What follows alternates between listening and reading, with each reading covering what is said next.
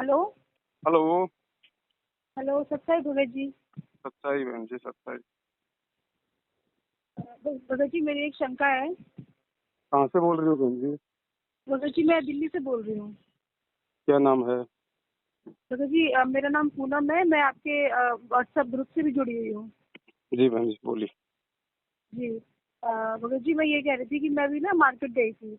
अच्छा। तो जैसे वहाँ पर मैं ट्रैफिक में फंस गई। ट्रैफिक था काफी, मतलब एक साइड से आ रहे थे एक साइड से जा रहे थे। तो मेरे साइड से ना एक दूध वाला अपनी बाइक पर बहुत सारा, मतलब वो जो दूध के वो जो होते हैं ना वो लेके आ रहा था। तो उसने मुझे मतलब पूरा घसीटता हुआ मुझे ले गया। अब मेरे मुंह से निकला उल्टा सीधा। उसके लिए मैंने कहा पागल हो गया देखने, मतलब 1 मिनट तो मैं शांत रही। मैंने कहा भैया आराम से करके, तो लेकिन उसने सुना ही नहीं, वो मुझे घसीटता हुआ ले गया हाँ।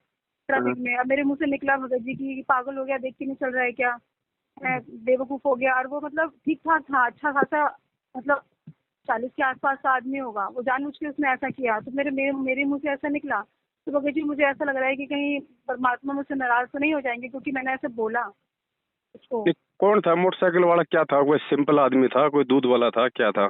हाँ जी भगत जी वो दूध वाला था। वो जानबूझ के निकल के जा रहा था, उसको ये था कि उसको जाना है। कोई हाँ नहीं जी बहन जी, वो तो देखो भीड़ भड़ाके में हो जाता है गाड़ी घोड़ों में तो।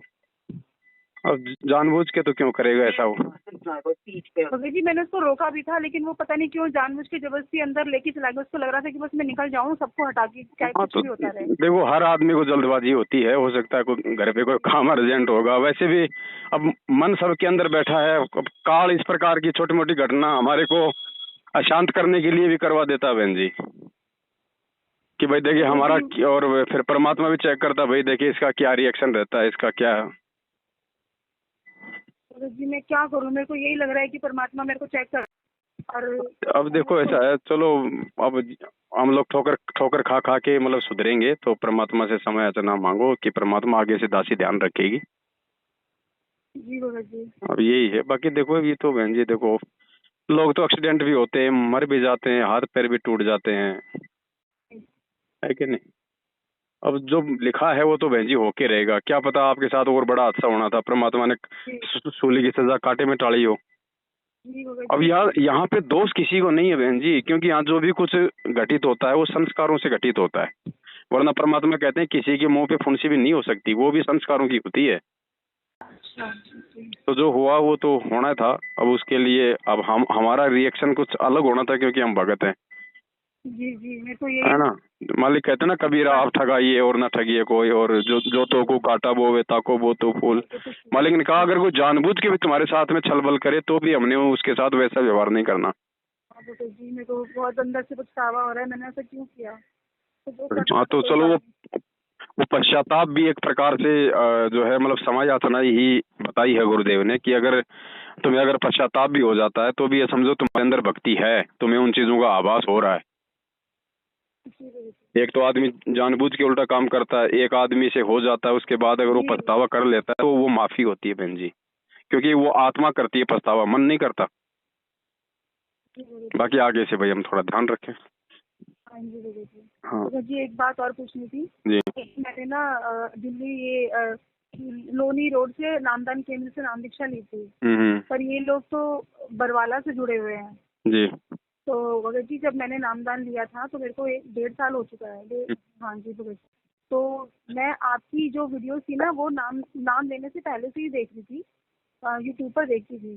जी। तो जी नाम नहीं लिया था, पर मैं बहुत मतलब भगवान, मतलब परमात्मा के बहुत वो हम्म। देखती थी हम्म। यूट्यूब पर वचन प्रवचन वगैरह। तो मैंने आपकी भी वीडियोस देखी थी, लेकिन उन्होंने ना पीले पर्चे पर मेरे को आपका नाम लिख के मेरे को व्हाट्सएप किया था कि पवन दास जी गुरु द्रोही है और ये काल का भक्त है, आप इनकी किसी बात को ना माने। हम्म।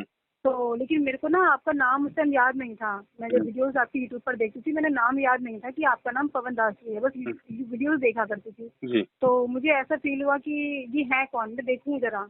हम्म। तो लेकिन मैंने नाम लेने के बाद में देखा, मेरे को अंदर से लगा ऐसा, लेकिन देखा तो वो आप थे। मैंने कहा आप तो बहुत अच्छी सब कुछ बातें बताते हो।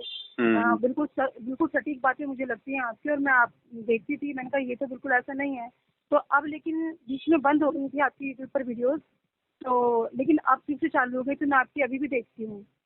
लेकिन उन्होंने मना किया था कि परमात्मा का आदेश है, लेकिन मुझे आपकी वीडियोस बहुत अच्छी लगती है और मैं आपकी ही देखती हूँ, और सत्संग सुनती हूँ। देखो बहन, तो भगत जी, परमात्मा ने तो ये कहा कि कहे कबीर सोई जन मेरा, जो नीर खीर का करे निवेरा।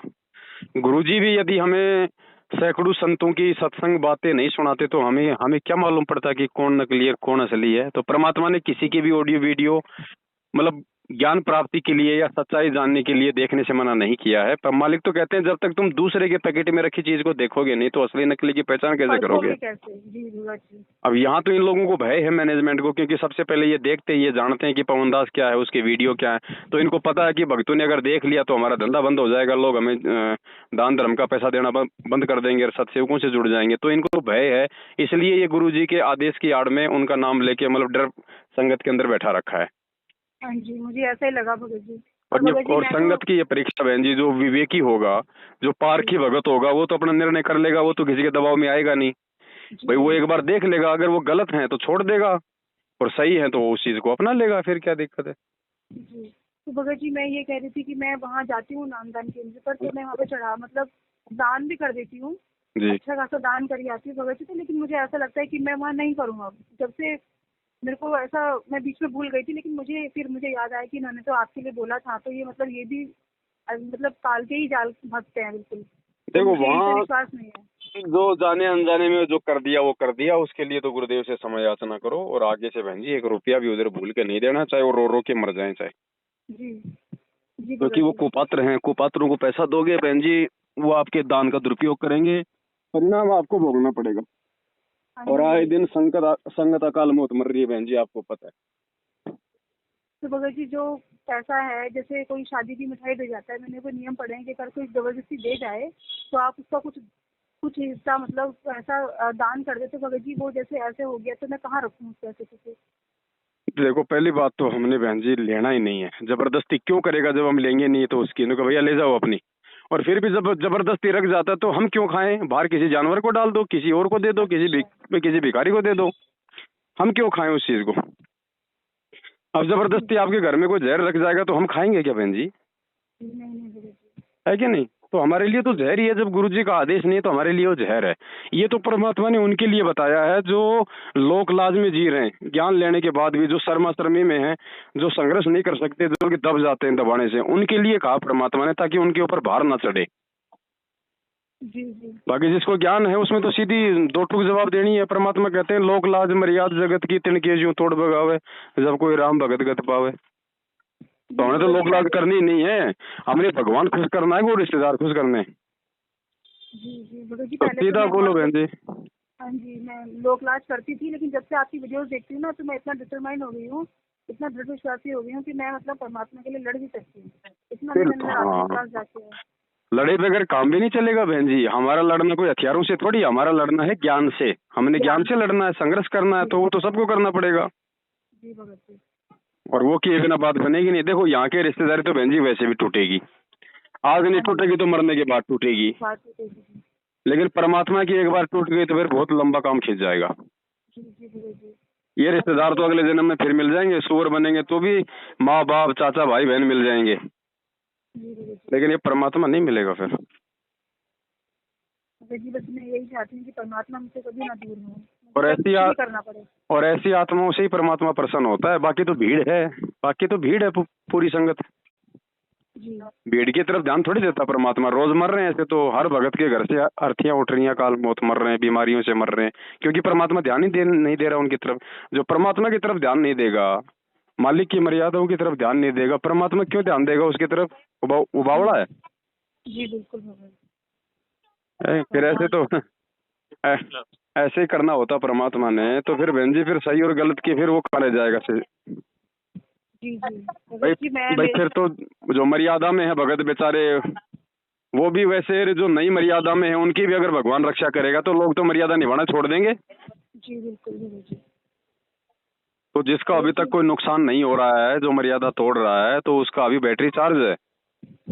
और जब उसकी बैटरी खत्म हो जाएगी तो परमात्मा ने बताया रखा, फिर सारा सिस्टम उसका डगमगा जाएगा। खराब हो जाएगा। और जो मर्यादा में है तो आज हो सकता है वो संघर्ष कर रहा है, आज वो दुखी है, थोड़ा परेशान है, लेकिन उसका जो परिणाम है, जो अंत है, वो उसका सुखद होगा। जी। तो ये बात है बहन जी। तो देखिए मेरे घर में सिर्फ एक मैंने ही नाम दीक्षा ले रखी है और किसी ने नहीं ले रखी। पहले तो मेरे पति बहुत लड़ते थे कि ये किसकी पूजा करती है ये वो। तो मैंने छुप छुप के करनी शुरू कर दी। मैंने दीपक जो जलाना, फोटो हटा दी थी लेकिन दीपक जलाना शुरू कर दिया। अब वो दीपक जलाया तो पता नहीं क्या हुआ, अचानक से मैं एकदम, मेरे हस्बैंड मतलब मेरे को बोले कि मैं बहुत डिस्टर्ब रहता हूँ। मैंने कहा मैं भी डिस्टर्ब रहती हूँ, आप मुझे पूजा नहीं करने देते हो। तो उन्होंने पता नहीं कैसे बोला कि तू पूजा पाठ कर, तू परमात्मा को इनको मानती है तो तू इनकी भक्ति कर। पता नहीं कैसे उन्होंने मेरे को बोल दिया ये। फिर मैंने उनकी मतलब उनको अच्छे से करती हूँ मैं, सब कुछ अच्छा हो रहा है भगत जी मेरे हाँ, घर तो में ना धीरे जो संघर्ष करता है ना, फिर परमात्मा उसका साथी हो जाता है, और जो डर जाता है तो फिर उसको काल उसको डराता है फिर। जी भगत जी। मैंने अपने हस्बैंड को भी बोला है कि मतलब आप मुझे मेरे किसी काम में रोकना टोकना नहीं बिल्कुल भी। उन्होंने बोला ठीक है, तो जैसा कहेगी वैसा करें, वैसा हम करेंगे। सही बात। तो सब